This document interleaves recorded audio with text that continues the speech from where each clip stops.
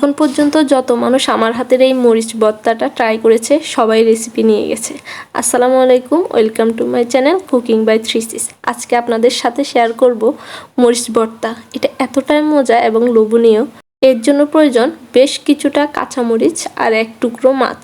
মাছটা আপনারা মরিচ হিসেব করে দিবেন, যে যত বেশি ঝাল খাবেন সেই পরিমাণ মরিচ এবং মাছটা নেবেন।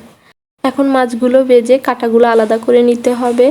আর তেলে রাখা মরিচগুলো সাথে কিছুটা রসুন দিয়ে পাটায় বা গ্রাইন্ডারে গ্রেট করে নিতে পারেন।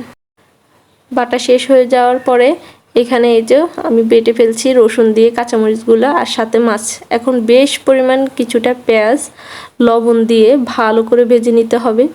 একটু ভালো করে ভাজতে হবে পেঁয়াজ যেন গলে যায়। এখন পেঁয়াজ গলে আসলে এ পর্যায়ে বেটে রাখা সেই মরিচ আর রসুনের পেস্টটা দিয়ে দিতে হবে, সাথে ভেজে রাখা মাছগুলো। এখানে বাড়তি কোনো হলুদ মরিচ দেওয়া লাগে না, কিন্তু কালার জন্য আপনি চাইলে হালকা পরিমাণ হলুদ দিতে পারেন। মরিচটা তো এখানে দেওয়াই আছে, আর গুঁড়া মরিচের কোনো প্রয়োজন নেই। এখন সবগুলো একটু পানি দিয়ে কষিয়ে ভালো করে কষিয়ে নিতে হবে, আর কিছুক্ষণ পর পর নেড়ে দিতে হবে। যখন দেখবেন যে এর থেকে পানিগুলো শুকিয়ে তেল ছাড়া শুরু করছে, ঠিক এই পর্যায়ে নামিয়ে নেবেন।